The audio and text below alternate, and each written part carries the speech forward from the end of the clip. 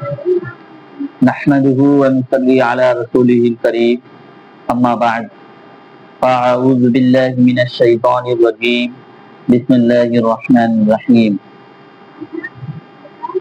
الصلاة والسلام عليك يا رسول الله الصلاة والسلام عليك يا حبيب الله صلی اللہ تعالی علیہ وسلم۔ آج ہم ان چیزوں کے بارے میں بیان کریں گے جن سے روزہ نہیں ٹوٹتا۔ آئیے سماعت کرتے ہیں کہ بھول کر کھایا پیا یا روزے کے موافق کوئی اور کام کیا تو روزہ فاسد نہ ہوگا۔ یعنی کوئی شخص جس کو روزہ یاد نہ تھا، روزے کی حالت میں تھا، روزہ یاد نہ تھا اور وہ بھول کر کھا لیا یا پی لیا یا کچھ اور ایسا کام کیا جیسے کسی کو تکلیف دی یا چغلی کی تو اس سے روزہ نہیں ٹوٹے گا۔ اب روزے کی حالت میں تھا کہ مکھی دھواں وغیرہ حلق میں گیا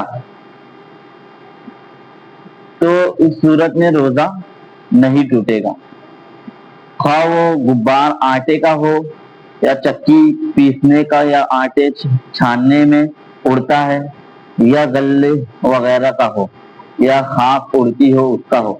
یعنی جیسے آپ دیکھیں گے کہ ہم آٹے کی چکی پہ جاتے ہیں آٹا لینے تو غبار اڑتا ہے آٹے کا، تو اس صورت میں وہ آٹے کا غبار حلق میں گیا تو اس صورت میں روزہ نہیں ٹوٹے گا۔ اسی طرح جو دھواں وغیرہ کہیں آنکھ جلی رہتی ہے اڑتا ہے اور اس کا دھواں منہ میں گیا تو اس صورت میں بھی روزہ نہیں ٹوٹے گا۔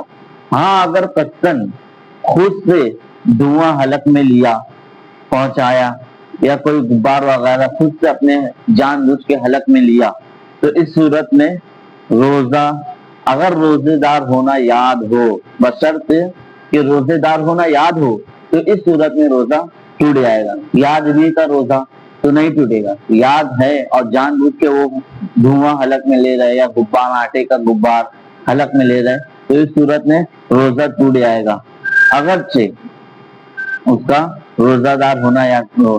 اسی طرح بیڑی سگریٹ وغیرہ بھی پینے سے روزہ ٹوٹ جائے گا۔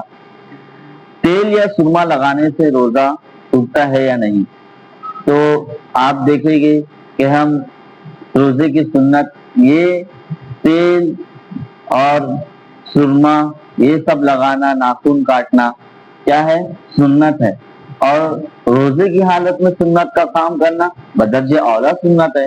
تو اس صورت میں تیل وغیرہ ناخن کاٹنا اس صورت میں روزہ نہیں ٹوٹے گا۔ ہاں کبھی ایسا ہوتا ہے کہ ہم سرما لگاتے ہیں تو وہ ناک سے نکلتا ہے جب یا منہ میں آتا ہے تو حلق میں بھی محسوس ہوتا ہے تو اس صورت میں بھی روزہ نہیں ٹوٹے گا، اگرچہ وہ ناک میں منہ میں آئے گا تو بھی روزہ نہیں ٹوٹے گا۔ اور کبھی ایسا ہوتا ہے اپنا تھوک نکل جانے کی صورت میں کیا ہوگا؟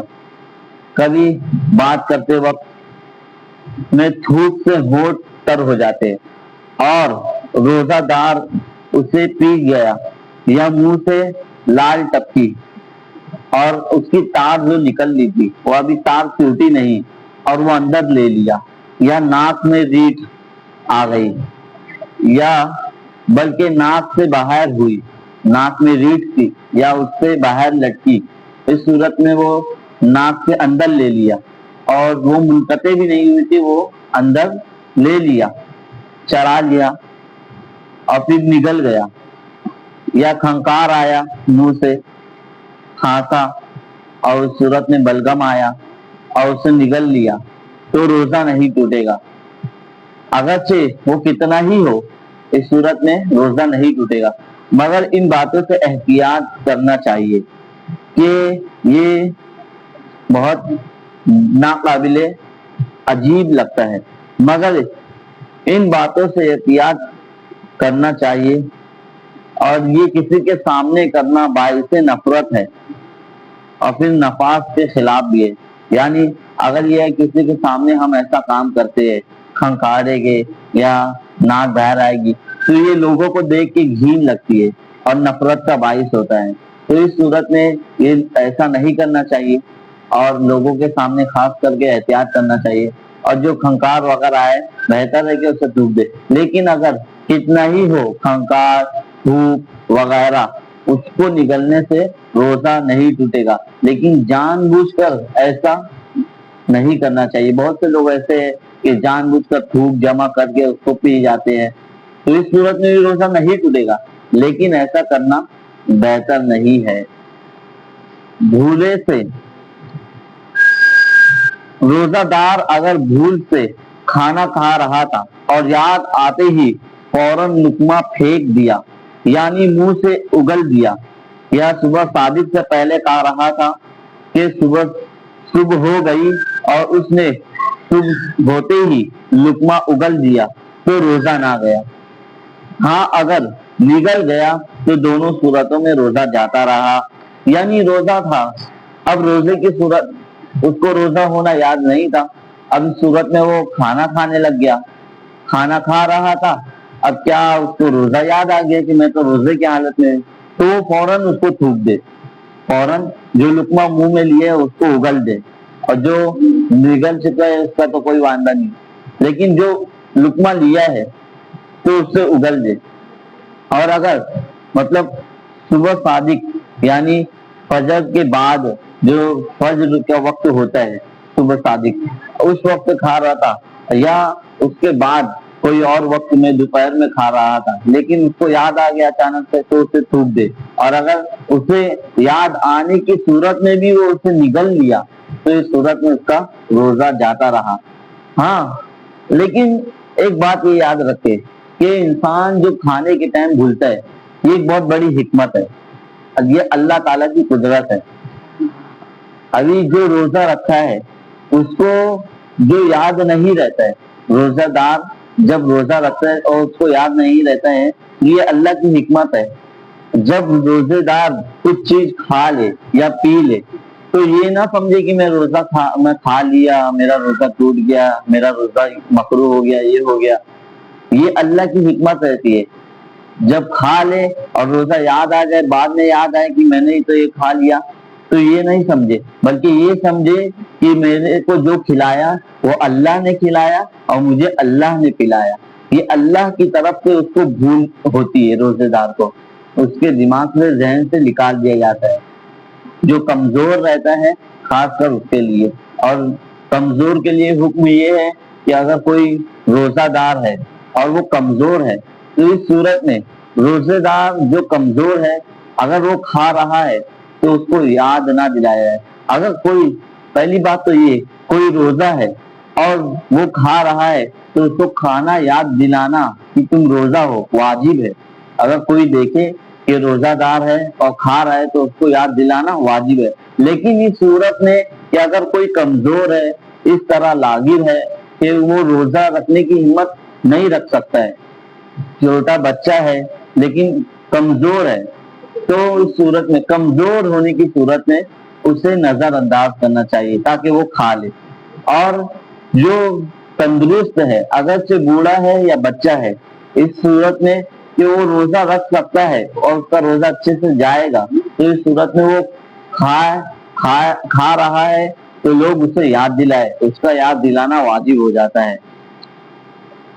غسل فرض ہونے کی صورت میں، جنابت یعنی ناپاک کی حالت میں روزے دار نے صبح کی، بلکہ اگرچہ سارے دن جنوب رہا یعنی سارے دن ناپاک رہا تو روزہ نہ گیا، مگر اتنی دیر تک قصداً غسل نہ کرنا کہ نماز قضا ہو جائے، گناہ وہ حرام ہے. حدیث میں فرمایا کہ جنوب، یعنی حدیث میں آیا ہے کہ ناپاک جس گھر میں رہتا ہے اس گھر میں رحمت کے فرشتے نہیں آتے ہیں. اور فرمایا کہ مطلب جو روزے کی حالت میں ہے، ایسا ہوتا ہے کسی کو احتلام ہو گیا یا مطلب کسی صورت میں ناپاک ہو گیا، اب ناپاک ہونے کی صورت میں وہ روزہ رکھا ہے تو ناپاک ہے تو روزہ وہ رہ سکتا ہے. ایسا نہیں کہ کوئی سوچتا ہے رمضان کا شریف کا مہینہ ہوتا ہے تو کوئی ناپاک ہو جاتا ہے تو بولتے بھائی میں تو ناپاک ہو گیا, میں کیسے روزہ رکھوں, میں کو روزہ نہیں رکھ سکتا. ایسی کچھ صورت نہیں ہے. وہ سحری کر لے, ہاں جب تو وہ کوئی سے بھی ٹائم غسل کر سکتا ہے. ہاں مگر غسل کرنے کی صورت یہ بھی ہے کہ روزے کی صورت میں وہ غسل میں 3 باتیں فرض ہے. ایک تو کلی کرنا, دوسرا ناک میں پانی ڈالنا اور پورے بدن پہ پانی پھیرنا. لیکن روزے کی صورت میں کلی اور ناک میں پانی ڈالے گا تو اس کا اندیشہ ہے کہ حلق کے نیچے اتر جاتا ہے. تو بہتر یہ ہے کہ جب سحری کا وقت رہے اس ٹائم اٹھے تو کلی اور ناک میں پانی ڈال لے تاکہ یہ کام روزے کی صورت میں آسانی ہو جائے, اور پھر اس کے بعد وہ کوئی سے بھی ٹائم غسل کر سکتا ہے. ایسا ہوتا ہے آنسو یا پسینہ منہ میں چلا جائے تو اس کا کیا حکم ہے؟ کبھی ایسا ہوتا ہے کہ ہم روزے کی حالت میں رہتے ہیں, کوئی ہوتا ہے جو پرہیزگار, ہم کبھی روتے ہیں یا کسی وجہ سے روتے ہیں تو ہمارے منہ میں آنسو چلا جاتا ہے یا پسینہ بہ جاتا ہے ہمارے سر پیشانی سے نکل کر, پھر اس صورت میں روزے کی صورت میں منہ میں چلے گیا تو اس کا کیا حکم ہے؟ تو آنسو منہ میں چلے گیا اور نگل لیا, اگر قطرہ در قطرہ ہے تو روزہ نہ گیا. اگر آنسو نکلا اور منہ میں گیا اور منہ میں وہ جا رہا ہے تھوڑا تھوڑا قطرہ, تھوڑا تھوڑا قطرہ یعنی تھوڑا تھوڑا قطرہ منہ میں گیا تو اس صورت میں روزہ نہیں جائے گا. اور زیادہ تھا کہ اس کی نمکی پورے منہ میں محسوس ہوئی, کبھی ایسا ہوتا ہے آنسو بہت زیادہ نکلتا ہے یا پسینہ بہت زیادہ رہتا ہے اور وہ منہ میں چلے گیا اور اس کی پوری نمکی منہ میں محسوس ہوئی تو اس صورت میں روزہ جاتا رہے گا, اس صورت میں روزہ ٹوٹ جائے گا. پسینے کا بھی یہی حکم ہے, آنسو اور پسینہ دونوں صورت میں روزہ ٹوٹ جائے گا. انشاءاللہ اگلے دن ہم سماعت پڑھیں گے کہ کس چیز سے روزہ ٹوٹ جاتا ہے. وما علینا الا البلاغ. السلام علیکم ورحمۃ اللہ.